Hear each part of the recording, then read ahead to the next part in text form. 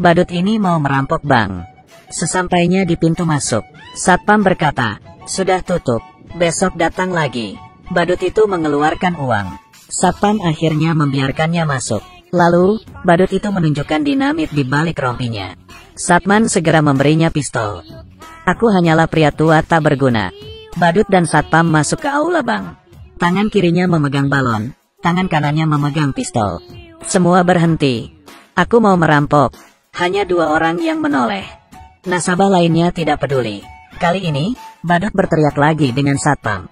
Semua orang hanya tertawa. Suasana sangat canggung. Badut yang marah meletuskan tembakan peringatan. Barulah semua orang percaya. Manajer bank menekan tombol alarm.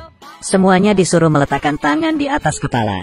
Bahkan, anjing Nyonya Kaya tak luput. Melihat pistol, anjing itu mendadak diam.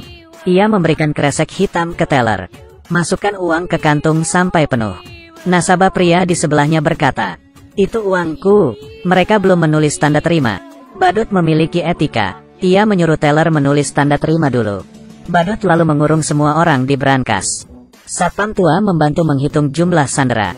Setelah semuanya masuk, tanpa disuruh satpam memberinya kunci, ia lalu ikut masuk menyusul mereka. Badut mengeluarkan kantung plastik lagi. "Isi sampai penuh lagi." "Diam kalian, aku tidak akan menyakitimu." Badut lalu memanggil manajer. Mereka bergandengan tangan menuju aula. Badut menyuruh manajer menelepon polisi. "Bila melawan, aku akan meledakkan bank ini." Badut menunjukkan dinamit di badannya. Saat ini, penembak jitu sudah mengintai. Begitu mendengar bank dirampok, masyarakat berbondong-bondong menonton. Pedagang keliling juga tancap gas ke sana. Kesempatan untuk mencari uang. Sandera di dalam brankas. Sangat bosan. Ada yang garuk-garuk kaki, merekam pesan wasiat, berdoa rosario, mengunyah permen karet, dan ada yang menangis. Badut yang bosan mencoba menembak CCTV, tapi kemampuan menembaknya payah. Pistolnya kehabisan peluru. Semua tembakannya meleset. Ia akhirnya memakai pistol satpam. Sekali tembak, CCTV rusak. Kepala polisi menelepon. "Kenapa tadi kamu menembak?" Badut berkata, "Tadi aku menembak CCTV karena ia mengamatiku. Sekarang aku butuh bus dengan bensin penuh. 1 motor, 1 truk monster, 2 helikopter. Setiap permintaan yang dipenuhi, aku akan melepas 1 sandera." Helikopter pun tiba.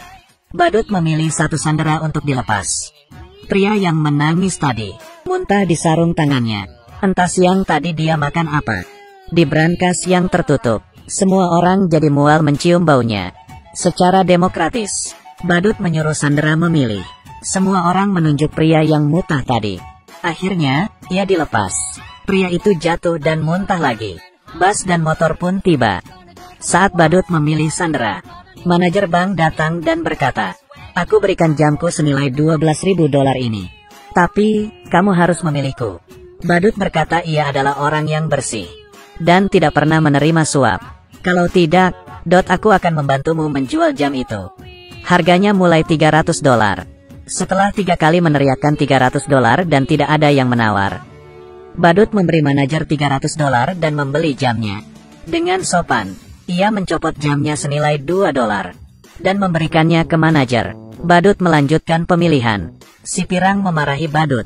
"Badut dengan makeup tebal sepertimu merampok bank, seperti banci." Badut yang marah langsung menunjukkan bom di badannya. Para sandera lain langsung memilih si pirang. "Kami ingin hidup lebih lama." Badut akhirnya melepaskan si pirang dan si keriting. Kepala polisi ingin tahu situasi di dalam. Si pirang diam saja. Si keriting bicara bertele-tele. Saat kepala polisi lengah, si pirang menghapus noda putih di telinga si keriting. Kepala polisi kehabisan pertanyaan dan melepaskan mereka. Lalu, truk monster sampai. Kepala polisi menelpon lagi, tapi tidak dijawab. Adegan beralih ke jalan. Mereka bertiga berkumpul dan merayakannya dengan sampahnya. Rupanya, si keriting tadi adalah Badut. Si pirang itu pacarnya. Pria yang muntah tadi adalah temannya. Mereka berdua masuk ke bank dulu dan menyamar sebagai nasabah. Mereka bertiga berpura-pura jadi sandera untuk keluar. Badut menelepon kepala polisi. Ia berkata truk itu terlalu jelek dan ia tidak suka. Jadi, ia minta truk itu diganti. Bila tidak, sandera akan ditahan. Sebenarnya, Ini untuk mengulur waktu. Saat menutup telepon, temannya tak sengaja menekan klakson.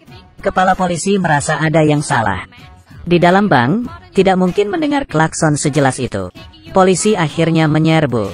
Di aula, hanya tinggal balon di langit-langit. Mereka bertiga tahu, dan langsung tancap gas ke bandara. Tapi, mereka tak punya peta. Jalanan sekitar terasa asing. Mereka tersesat. Mereka bertanya pada pekerja di pinggir jalan, yang ternyata juga orang luar kota. Mereka juga tidak tahu. Akhirnya, mereka bertemu seseorang yang punya peta. Siapa kira pria itu juga perampok. Ia menodong badut dan mengambil dompetnya. Tapi, di dompetnya hanya ada $4. Badut bilang, jamku ini harganya 12.000. Lepaskan kami, dan ini milikmu. Pria itu bilang, pria miskin sepertimu, tapi punya jam seharga 12.000. Kamu kira aku bodoh? Lalu ia mengambil koper mereka dan pergi. Koper-koper itu cuma berisi baju mereka. Mereka memutuskan kembali ke rumah si Pirang. Tempat parkir penuh. Jadi, mereka parkir di pinggir hidran. Si Pirang berkata, dendanya aku yang bayar. Dengan gembira ia memamerkan uang di balik bajunya. Rupanya, mereka menyembunyikan uangnya di baju. Saat mau pergi, penyewa baru datang. Ia mengira mereka pencuri, lalu menodong mereka. Ia mau lapor polisi. Badut berkata, berapa uang sewamu sebulan? Aku dulu $1.200. Penyewa bilang, kenapa kita 2.600? Seketika, mereka terdiam, dan tidak peduli apakah mereka pencuri atau bukan. Saat itu, gedung sebelah kebakaran. Mobil mereka menghalangi hidran. Pemadam memecahkan kaca mobil dan menggesernya. Tapi, mobil mereka berada di tanjakan. Mobil merosot ke bawah. Kepala polisi akhirnya sadar. 3 sandera yang keluar tadi adalah perampoknya. Tak ada mobil, mereka terpaksa naik taksi.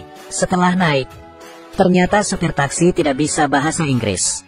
Ia terus menerobos lampu merah. Teman si badut takut, kalau begini terus, mereka bisa sampai ke surga. Ia membuka pintu mobil dan melompat keluar. Tapi, ia oleng, dan tidak bisa berhenti. Lalu menabrak kios koran. Ia pun pingsan. Orang-orang hanya menontonnya. Pemilik toko di dekatnya langsung lapor polisi. Badut dan si Pirang takut polisi datang, dan langsung membawanya pergi. Tak sengaja, mereka sampai di markas preman. Para preman mengacungkan pistol, dan menanyai mereka. Badut yang cerdas berpikir, bila ia berkata salah masuk, mungkin mereka akan dibunuh. Kami menagih hutang. Tak disangka, ternyata preman itu punya hutang kepada mafia. Ia bertanya, kenapa yang biasa tidak datang? Badut bilang, dia sedang marah. Buktinya temanku barusan dilempar dari mobil. Dia bilang, lunasi hutang kalian hari ini. Kalau tidak, ia akan membanting kalian satu-satu. Preman itu takut, dan melunasi hutangnya $6.000. Mereka bertiga dengan senang keluar. Saat menunggu bus ke bandara, supir bus sangat kolot. Bayar bus harus pakai koin. Tidak boleh pakai uang besar. Badut akhirnya ke toko untuk menukar uang. Toko sudah dipenuhi polisi. Penagih hutang mafia yang sebenarnya sampai. Preman bilang uangnya sudah diambil. Preman itu dipukuli. Saat itu, preman melihat badut yang keluar dari toko. Badut langsung lari ke bus. Penagih hutang mengejarnya. Polisi yang melihat penagih hutang lari, mengira ia adalah buron, dan langsung menangkapnya. Mereka tak menyangka 3 buron itu di dalam bus. Akhirnya, mereka tiba di bandara. Di dalam pesawat, kepala polisi sudah di sana dengan pistolnya. Badut dan temannya sangat cemas. Mereka angkat tangan. Siapa sangka pria di depannya berdiri, dan mendorong teman wanitanya. Rupanya itu bos mafia. Mendengar bawahannya ditangkap, ia mau melarikan diri. Bos mafia tak mengira kepala polisi akan datang. Ia mengira akan ditangkap, lalu mendorong teman wanitanya. Kepala polisi tak berani menembak. Bos mafia langsung menindihnya. Badut dan temannya bergegas membantu. Kekacauan terjadi. Pistol kepala polisi jatuh di depan toilet. Saat bos mafia ingin mengambilnya, ada yang keluar dari toilet, dan membentur kepalanya hingga pingsan. Akhirnya, bos mafia ditangkap. Karena komplotan badut sudah mengganti penampilan, kepala polisi tidak mengenali mereka. Ia bahkan memuji badut sebagai warga negara yang baik. Bahkan mencatat nama mereka. Setelah pesawat lepas landas, kepala polisi baru sadar. Nama yang dicatatnya barusan adalah nama badut perampok bank. Tapi, ia tidak rugi menangkap bos mafia. Keuntungan bos mafia 1 hari setara dengan hasil rampokan badut 1 minggu. Sejak saat itu mereka bertiga hidup bahagia tanpa beban. Film selesai sampai di sini. Ini adalah film komedi tahun 1990 tentang 3 buronan. Awal film menceritakan kejahatan mereka. Akhirnya film malah menceritakan kisah kepahlawanan mereka. Film ini sangat lucu. Oke, aku Kaki Minyak. Like dan subscribe ya. Bye.